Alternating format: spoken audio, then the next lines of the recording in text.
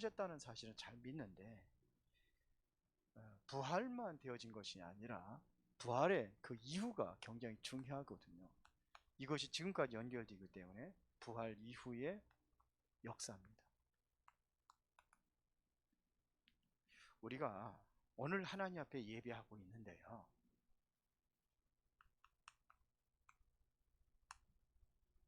중요한 것은 여러분들이 예배에 대한 의미입니다. 예배는 종합적 축복이다 이렇게 얘기합니다.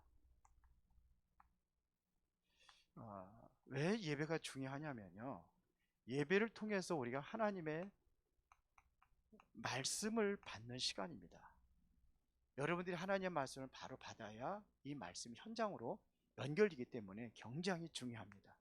그래서 여러분들이 말씀을 통해서 모든 답을 얻는 시간이에요. 모든 답을 얻는 시간이에요. 저한테 이제 가끔 이제 문제가 있고 어려움이 있으면 제가 뭘 가지고 상담하느냐면요, 말씀을 가지고 상담을 합니다. 금주 말씀이 어떻게 얘기하고 있는지 이거를 주로 이야기를 많이 합니다. 그러면은 답을 찾으면은 힘을 얻는 거예요. 힘 얻는 시간입니다.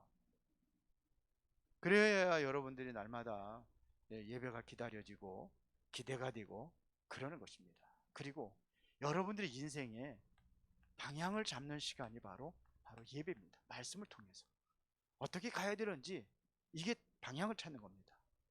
그리고 실제적으로 이때 치유 역사가 일어나고 하나님의 비전도 보고 이렇게 되는 것이 바로 예배 시간입니다. 그러면 이 말씀에는 세 가지 키가 있습니다.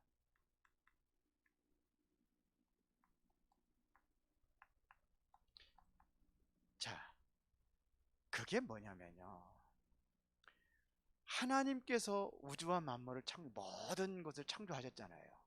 그런데 유독이 사람만 영적인 존재로 창조하셨습니다.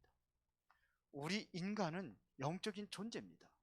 그래서 창세기 1장 17절에 우리 인간을 하나님의 자기 형상 곧 하나님의 형상대로 창조됐다고 그랬습니다. 그래서 하나님께서 우리 인간을 통해서 1장 28절에 생육하고 번성하여 땅에 충만하라, 땅을 정복하라, 바다의 물고기와 하늘에 나는 새와 땅에 움직이는 모든 생물을 다스려라 그랬어요. 그래서 우리 사람은 영적인 존재이기 때문에 2장 17절에 뭐라고 하냐면 선악을 알게 하는 나무의 열매를 먹지 말라, 먹으면 정령 죽으리라 그랬어요. 이게 영적인 거, 영을 얘기하는 겁니다. 선악과를 따면 즉시 뭐가 떠나냐, 영이 떠나는 겁니다. 영, 하나님의 영이, 이 영적인 존재이기 때문에 이걸 이야기를 하셨어요. 자, 여러분들이 그래서 예배가 왜 중요하냐, 말씀 받는 시간이에요. 우리는 영적인 존재이기 때문에 하나님께 예배하는 겁니다. 개가 아무리 영리해도 개가 예배 드린다는 소리 들어보셨어요? 요즘에는 뭐 하여튼 개를 참 인격화 시켜가지고 가족이다 하라고, 뭐 애기, 내가 뭐 엄마라고 그러던가 개, 그러면 속으로 네가 그러면 개 낳냐? 제가 그러거든요. 엄마 지나가면서 아이고 주여, 개 좋아하는 건 괜찮은데 엄마라는 소리는 뺏으면 좋겠어요. 엄마고 아빠고 내가 낫습니까? 호적에도 올리지 그럼. 장례식도 치르니까 앞으로 호적에도 올릴 수도 있을 것 같아요. 참 심각한 문제. 아무리 그래도요, 개가 하나님 앞에 예배드리지는 못해요. 인간만 영적인 존재이기 때문에 하나님께 예배하는 겁니다.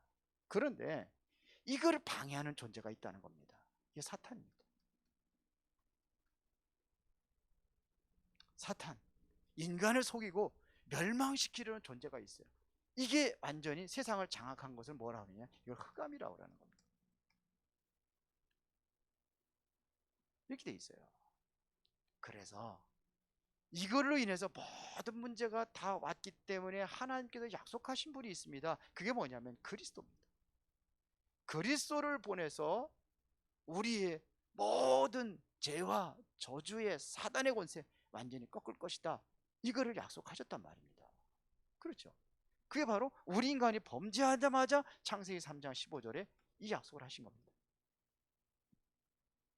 누구든지 그리스도 안에 있으면 다 구원받는다는 겁니다. 이게 창세기 6장 14절입니다. 방주 안에 들어가면 다 산다. 출애굽기 3장 18절에 그래서 우리가 희생제사를 드리는 거예요. 이분이 오셨단 말입니다. 뭐 성경 구절은 뭐 여러분 잘 알고 있으니까 마태복음 16장 16절 이분이 오셨습니다. 자, 이거를 보고 뭐라 하냐면 하나님께서 주신 약속을 성취하셨다, 이렇게 이야기하는 거예요. 그래서 요한복음 19장 30절에 약속대로 그리스도가 이 땅에 오셔서 우리의 죄와 저주를 완전히 십자가에 다 해결하셨다, 다 끝내버렸습니다. 그리고 부활하셨습니다. 약속대로 성취하셨습니다. 그래도 고린도전서 15장 3절부터 4절에 보니까 성경대로 그리스도께서 우리 죄를 위해서 죽으시고 성경대로 다시 살아나셨느니라. 부활하신 주님께서 여러분들과 함께 하신단 말입니다.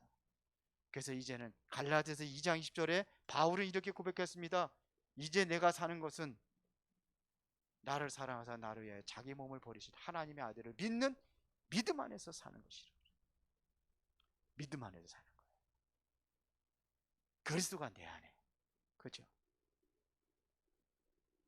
이러면 자 보겠습니다.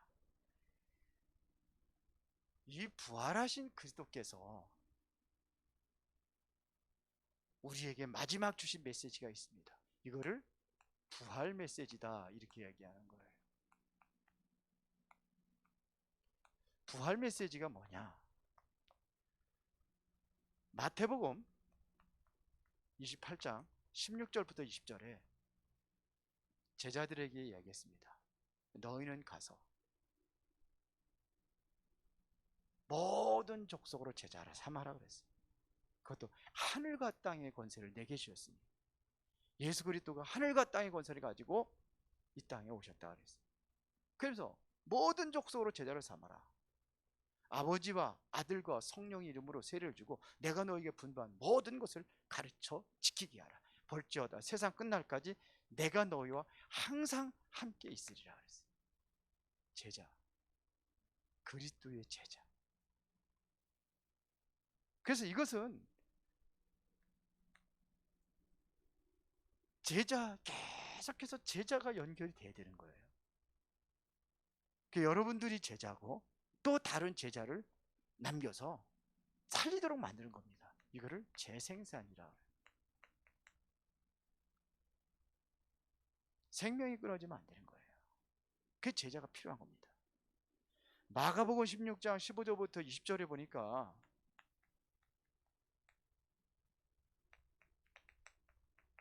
뭐라 그랬습니까? 만민에게 가라 그랬어요. 만민에게 복음을 증거하라. 믿고 세례를 받는 자는 구원 얻을 것이요 그렇지 않으면 정죄를 받으리니.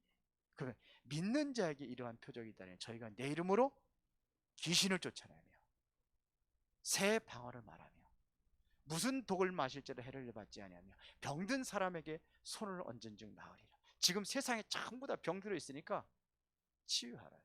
여러분들은 뭐냐면 영적인 의사로 부르셔서 세상의 병든 자들을 치유하기를 원하신다 이거예요. 여러분들을 제자로 부르시고 여러분들을 뭐냐면 영적 의사로 부르셨다 이거예요. 그래서 가서 제자로 삼고 모두 살려라, 이런 얘기입니다. 만민에게 가라. 이뿐만 아니에요. 오늘날 세상에요, 정말 누가복음 24장 13절부터 35절에 보면은 낙심한 자들이 있습니다. 열심히 신앙생활 하다가 낙심했어요. 왜 낙심한지 아세요? 예수님 가셨으니까, 십자가 못 박혀 죽었으니까. 근데 부활 소식도 들었어요. 엠마오로 가는 두 제자들, 예루살렘에서 엠마오로 내려가면서 얘기하는 겁니다. 예수님 죽었으니까 이제 뭐냐, 이제 따라다니다가 제자예요. 예수님 따랐던 제자였어요. 제자인데 따라다니다 예수님 없으니까 이제 자기 갈 길로 가는 거예요. 지금 이런 사람들 얼마나 많이 있습니까, 세상에. 교회는 다니는데 제 갈 길로 가요. 어쩔 수 없이 교회 나와서 앉아가지고 졸고 있고 그러다가 에? 다른 길로 가요. 지식은 또 알아요. 지금 가득 차 있습니다, 현장에. 그 예수님께서 이를 찾아가신 거예요. 찾아가면서 서로 이야기를 나누는데 예수님이 같이 동행하는지도 몰라. 그러다가 이제 예수님이 이제 사라진 다음에 그때 이제는 우리가 방금 만나서 얘기한 분이 누구냐 이거죠. 이분이 그리스도가 아니냐 이거지. 부활했다는 소식 듣고서 부활했다는 얘기하고 옆에 가는데도 몰라. 그 다시 이제는 이 사람들이 어디로 갑니까? 예루살렘을 다시 갑니다. 낙심자 살려라.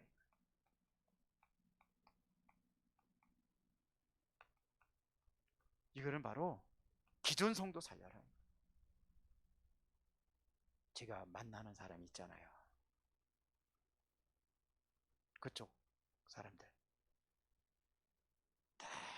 제3 거듭남 이것만 계속 얘기를 해요.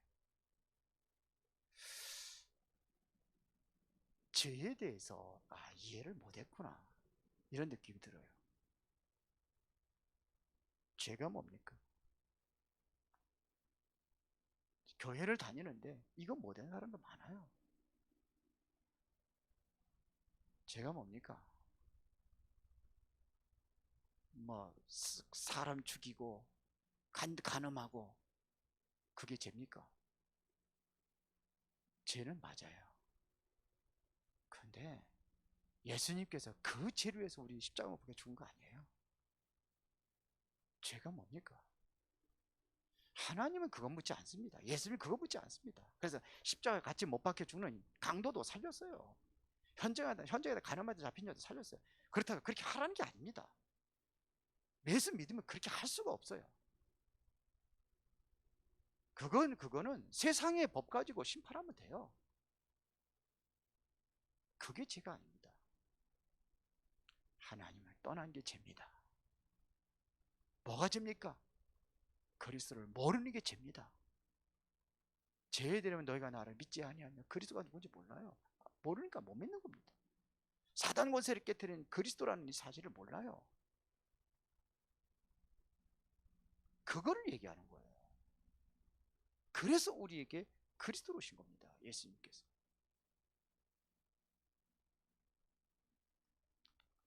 낙심한 베드로를 찾아가십니다. 요한복음 21장 15절부터 18절까지 내 어린 양을 먹여라 그랬어요. 내 어린 양을 먹여라. 후대 살려라 이거예요. 새가족 살려라 이겁니다. 어리다니 영적으로 어린 새가족 살려라 이거예요.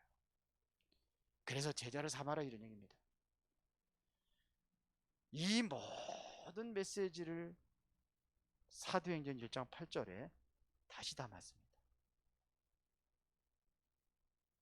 그렇죠. 오직 성령이 너희에게 임하시면. 그러면 우리가 이거를 감당하려면 뭘 받아야 돼요? 성령이 너희에게 임하시면 너희가 권능을 받고 예루살렘과 온 유대와 사마리아 땅 끝까지는 내 증인이 되리라 했어요. 내가 연약하다 할지라도, 내가 비록 부족하다 할지라도 성령 충만 받으면은 증인 된다는 겁니다. 증인 되기 위해서 나를 부르신 겁니다. 그리고 부활 이후, 다시 말하면 승천 이전, 예수님께서 승천하시기 이전에 주신 메시지가 있습니다.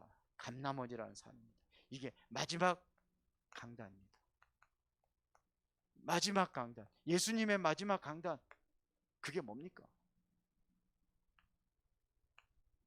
감람원이라는 산에 모여가지고 이들에게 뭐냐면 그리스도에 대한 확신 가진 사람들이 모인 겁니다. 이 사람들에게 40일 동안 하나님 나라의 일을 설명하셨습니다. 그리고 약속한 것이 있다 이거예요. 요엘서 2장에 약속되는 그 약속, 그게 뭡니까? 성령 충만. 기다려라. 몇 날이 못 되어 너에게 성령으로 세례를 받을 것이다. 그러면 성령이 너희에게 임하시면 너희가 권능을 받고 예루살렘과 온 유대와 사마리아 땅 끝까지로 내 증인이 되리라. 이랬습니다. 여러분들이 완전히 사도행전 1장 1절 그리스도로 각인되어야 되는 거예요. 그리스도가 모든 문제 해결에 발견될 때 이게 각인이 바뀌는 겁니다. 그러면 여러분들이 누려야 될 것이 하나님의 나라입니다. 정말로 누리는 것만큼 뿌리 내려지게 돼 있어요. 그러면 그 하나님의 나라로 뿌리 내려지면은 문제가 안 되는 거예요. 그렇죠. 위기 상관없어요. 그것은 하나님의 나라 누리는 겁니다. 그러면은 성령 충만 받으면 전도와 선교는 되어지는 겁니다. 이거를 뭐라고 그러냐면 체질이라고 그러는 거예요. 전도지 제가 갖고 다니는데 체질이 안 돼가지고 줄 때는 못 줄 때가 많아. 아직 체질이 안 됐어. 이게 이렇게 돼야 되는 겁니다. 그러면서 이 언약을 붙잡은 사람들이 모인 겁니다. 그게 마가다락방입니다. 사도행전 1장 4절에 14절에 이들이 뭐 했습니까? 여기 모이면 죽습니다. 여기는 목숨 걸고 모인 겁니다. 왜요? 금종령이 내려졌잖아요. 그거 가지 말라고 그러잖아요. 그리스도 얘기하지 말라고 하잖아요. 그곳에 모인 겁니다.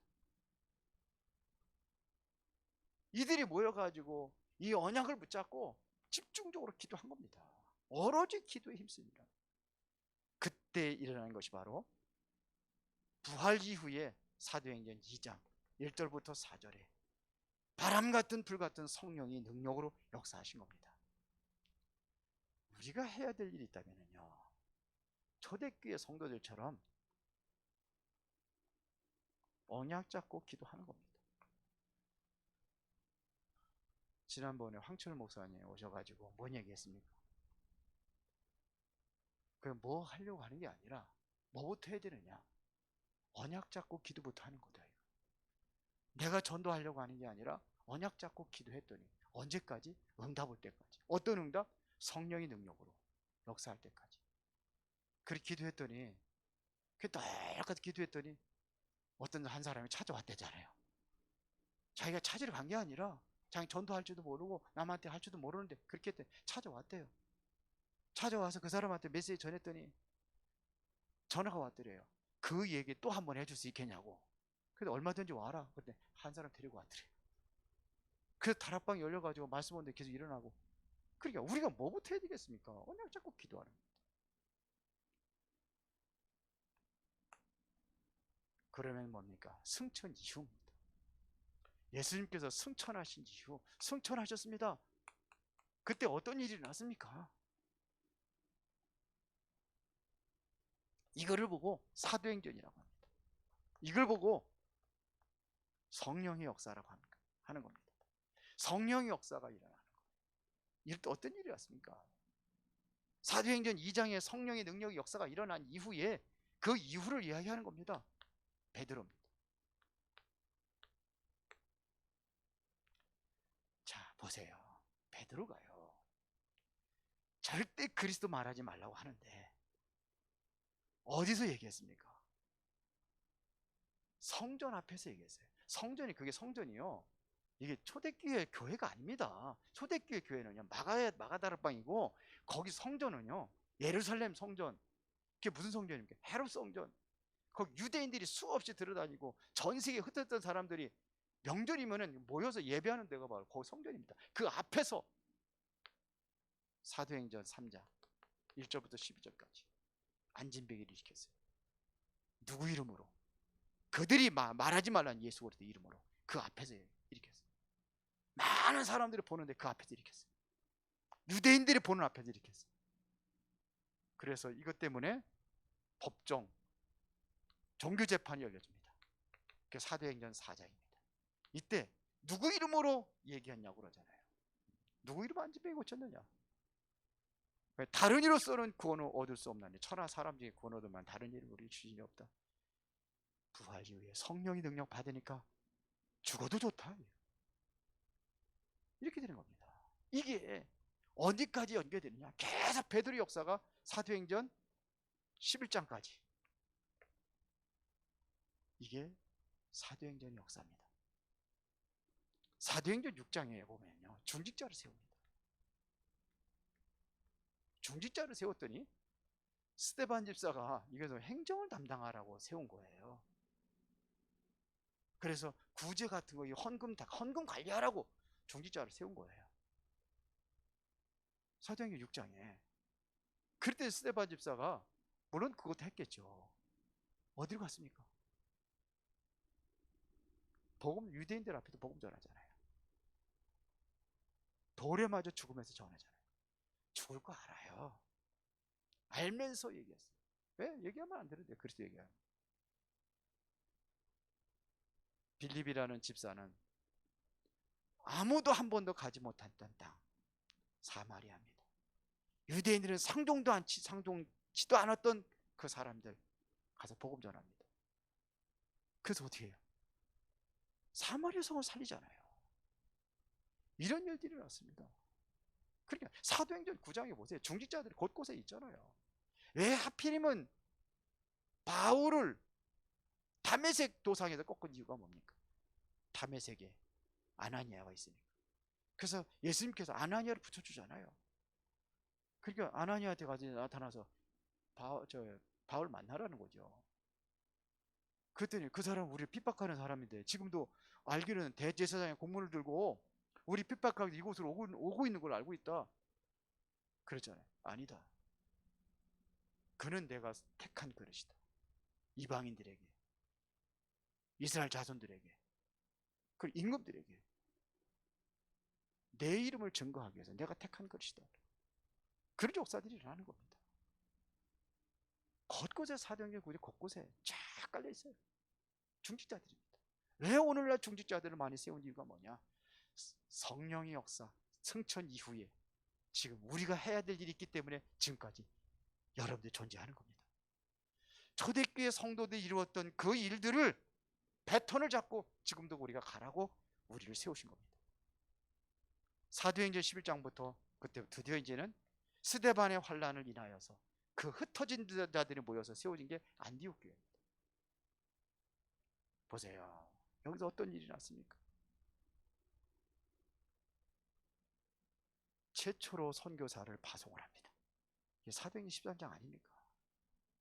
바울이 어디 들어갑니까? 회당으로 들어가서 계속 복음 전하잖아요. 돌에 맞아 죽은 줄 알고 내버려졌는데 사도행전 14장에 보니까 거기서 다시 일어나가지고 나를 돌로 쳐 죽인 그 성으로 다시 들어가는 거예요. 죽음을 무릅쓰고 가는 겁니다. 왜? 제자를 받기 때문에. 모든 족속을 제자로 삼으라 그랬잖아요. 제자를 받기 때문에. 제자 찾으러 가는 겁니다. 제자 확립시키러 가는 겁니다. 그게 바로 디모데라고 얘기하잖아요. 성경에 디모데라고 나오지 않아요. 디모데로 보는 겁니다. 자, 이런 역사들이 계속 일어납니다. 우상의 현장에 가서 우상 무너뜨리고 그러면서 뭐냐, 후에는 내가 로마도 보아야 하리라. 로마 복음화까지. 자, 그러면 결론입니다. 사도행전 28장에서 성령의 역사는 기록이 끝납니다. 그런데 예수님께서 말씀하셨습니다. 모든 민족의 복음이 증거된 이후에 그제야 끝이 오리라 그랬어요. 그러면 이 사도행전의 역사를 다시 패턴을 이을 수 있는 사람이 누구냐? 누가 하나님 앞에 지금 쓰임 받을 수 있는 사람이 누구냐? 언약을 잡은 사람입니다. 언약이 확실한 사람입니다. 그리스도 하나님의 나라 성령 충만이라는 이 언약을 확실히 잡은 사람을 하나님께서 쓰십니다. 이 언약 속에 있는 사람을 쓰십니다. 마태복음 24장 14절에 모든 민족이 복음에 증거된 이후에 그제야 끝이 오리라 그랬기 때문에 아직도 모든 민족이 복음에 증거되지 않았기 때문에 우리가 존재하는 것입니다. 이 언약을 잡은 사람. 그렇죠. 그래서 여러분들이 이곳에 쓰임 받기를 원한다면 바꿀 것 5가지. 뭘 바꿔야 되느냐 이거예요. 이를 위하여 업을 바꿔라. 여러분이 하고 있는 업이 뭡니까? 그 업은 먹고 사는 게 주업이 아니에요. 무엇이 주업이 되어야 되겠습니까? 그렇게 쉽게 하면 주업이 뭐냐 이겁니다.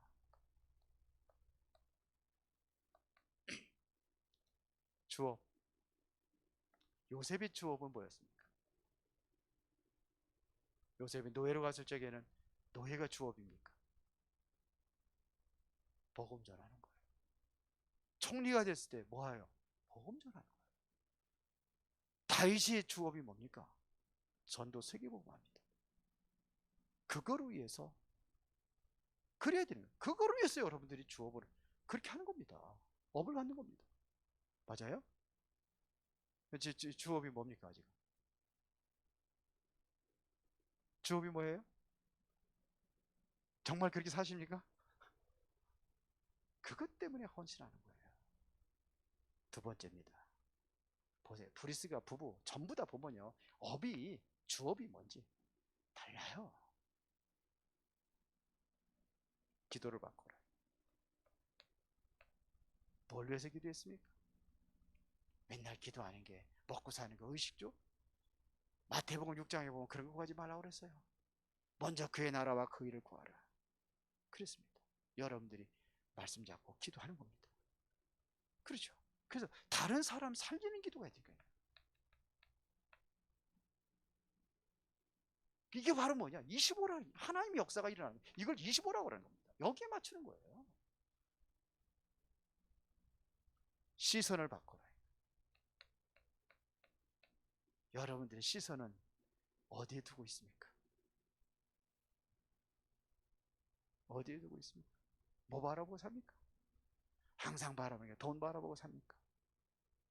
명예 바라보고 삽니까? 그거는 정치인들이나 하는 거예요. 권력, 정치인들이 하는 거예요. 여러분들 시선은 뭡니까?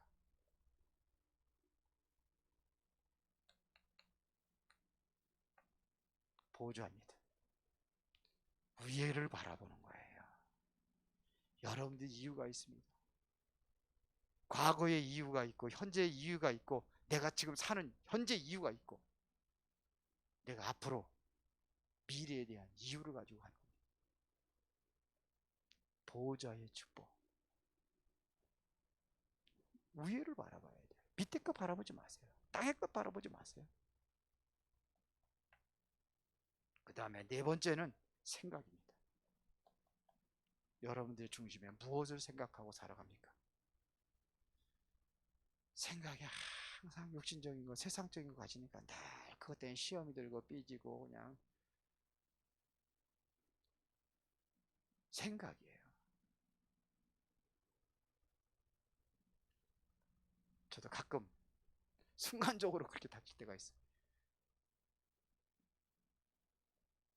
강단을 쓸 때마다 우리 집사람 얘기하지 말라고 그러는데 우리 식구들이 예배 전에는 잘하재요. 왜 그러냐? 강단에서 나온다고.